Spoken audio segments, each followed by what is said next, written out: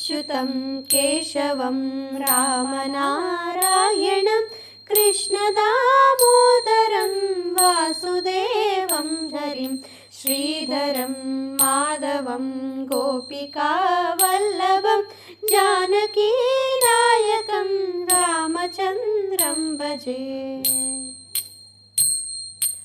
अच्युतं केशवं सत्यभामाधवं माधवं श्रीधरं राधिकाराधितं इन्दिरामन्दिरं चेतना सुन्दरं देवकीनन्दनं नन्दजं सन्ददे।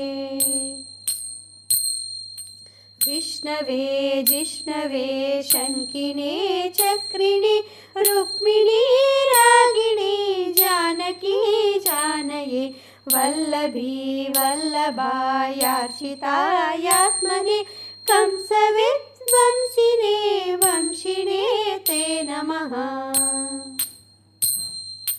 कृष्ण गोविन्द हे रामनारायण श्रीपते वासुदेवाजिता श्रीनिधे अच्युतानन्त हे माधवादोक्षज द्वारकानायक द्रौपदी रक्षक। राक्षसशोभितः सीतया शोभितो दण्डकारण्यभूपुण्यता कारणे लक्ष्मणेनान्वितो वानरैः सेवितो अगस्त्य सम्पूजितो राघव पातु माम्। धेनुकारिष्टकानिष्टकृद्वेषिः केशिः कंसरुद्वंशिका वादकः पूतना कोपक शूरजो केलनो बालगोपालक पातु मां सर्वदा।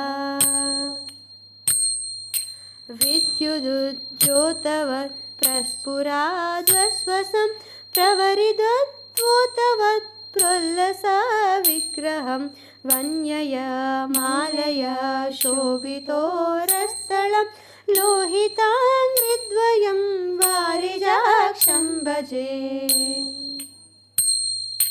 कुञ्चितैः कुन्तलैराजमानाननं रत्नमौलिं लसत्कुण्डलं गण्डयो हारकेयूरकं कङ्कणा प्रोज्ज्वलं किङ्किणीं मञ्जुलं श्यामलं तं भजे।